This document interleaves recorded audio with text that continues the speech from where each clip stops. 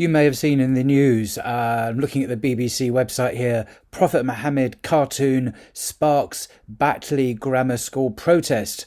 A teacher who showed pupils an inappropriate cartoon of the Prophet Muhammad, sparking protests outside a school, has been suspended.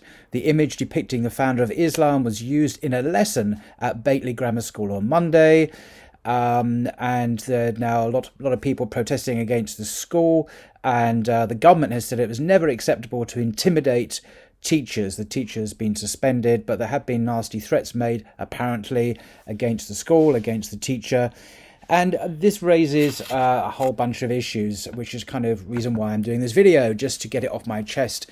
Now, there are lots of issues here. So, first of all, why are Muslims so sensitive about their religion? This is the point that's been made on social media. What about this cartoon? Now, I've not seen this cartoon. Has anyone seen this cartoon outside of that classroom? How can I possibly judge if this cartoon is offensive if no one has seen it apart from 5 people who are in that classroom? So I don't know. I don't know the context. I mean, what was the context? What was the teacher intending to do? Was he intending to instruct them, help them? Was he being prejudiced? Was he being a bigot? What's going on there? I don't know the inside story. So it's all kind of media hype at the moment.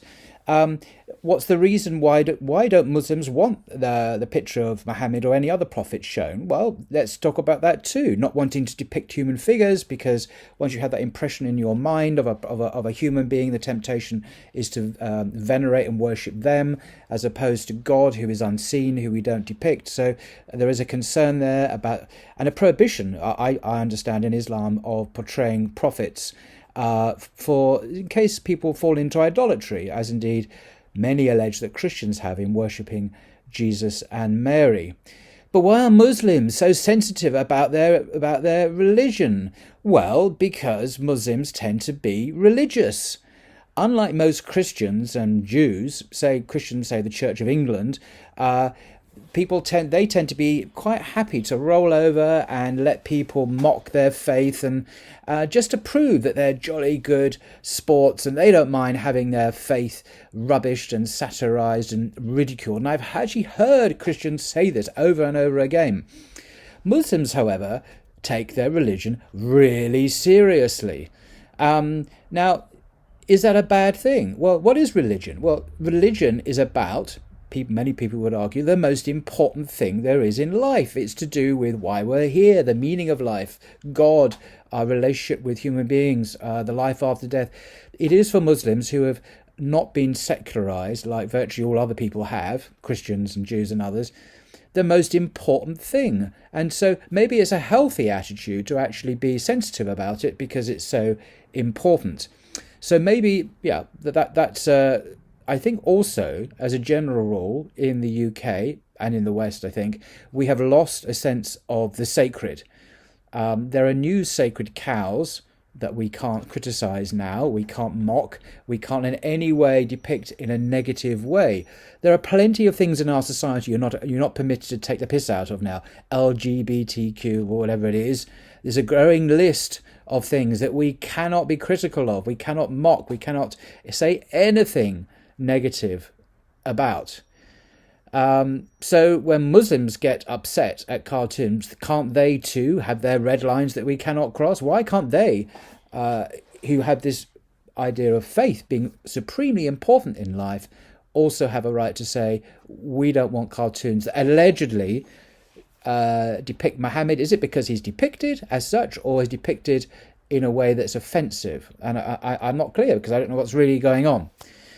So I think there's an element on social media that are talking about the free speech aspects of this and how we should be free in our society to criticize religion. Well, are these same people happy to take the mickey out of all the other sacred cows that we can't talk about in our society anymore? Because to do so, you will lose your job, you will be vilified, you'll be criticized and damned, or even prosecuted for saying forbidden things. But overcome the Muslims, no, we should have open season, and we should be able to mock their faith and criticize it to death because, hey, we believe in freedom, except for all the other things we don't allow to be criticized. I mean, what on earth's going on here? So I think if there have been threats issued by Muslim parents, I don't know, the BBC suggests there have been, then that is clearly wrong. I think of the Prophet Muhammad's life himself when he was walking around. I forget where it was, but people threw stones or rubbish at him, and he didn't respond by cursing people, cursing his enemies. He dealt with it very differently. And if Muslims are following the sunnah of the Prophet, they should perhaps be more patient and more forbearing. I don't mean that they should be like Christians and say, bring it on, mock our faith.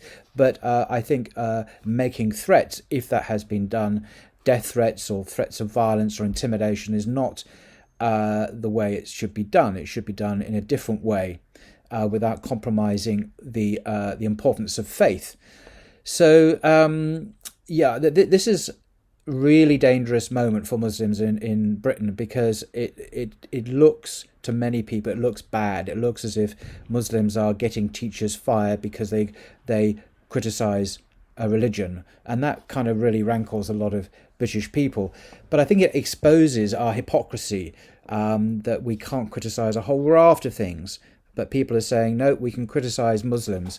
And also, we need to learn from Muslims here. They take faith so seriously. They get upset when people, allegedly, mock and criticise. That's actually a good thing. To be upset about something that's really important and noble to life is a normal, healthy thing, I argue. Not to be upset when God is mocked, or when Jesus is mocked and satirized, and terrible things. I won't even, in the name of art, the things that have been depicted of Jesus in art galleries are appalling.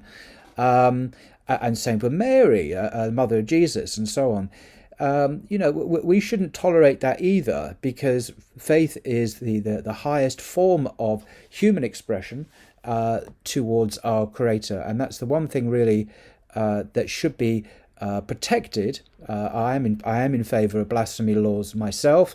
If we can have laws protecting same-sex marriage and all sorts of other interesting lifestyles, then we should have laws protecting the honour of the prophets of God, whether they be Jewish or Christian or Muslim, of course. So why are Muslims so sensitive about their religion? Well, it's because they're serious about faith. And that's something that the British people have lost, I think, this sense of the importance of faith. And we need to learn from Muslims about that. But we shouldn't react in a hostile and violent way. We should react with patience, but a steely determination not to be overcome by secularism, which wants to push faith out of the public square and make it a private thing that no one sees in public. That's not faith. That's Western secularism, which seeks to basically obliterate faith from society. And that's something that Muslims should rightly resist, as too should Christians, as too should Jews, because faith, in my view, is absolutely central to the human species. We are made, as I showed in a previous video, to be people who worship our Creator. We're not meant to be consumers and people who indulge in alternative lifestyles. Our primary purpose on life is to connect with our God and to live in a way that is pleasing to Him. And we, of course, lost that completely in the West. We're very much preoccupied with the dunya, the transient. Anyway, so that's my rant. That's my sermon, and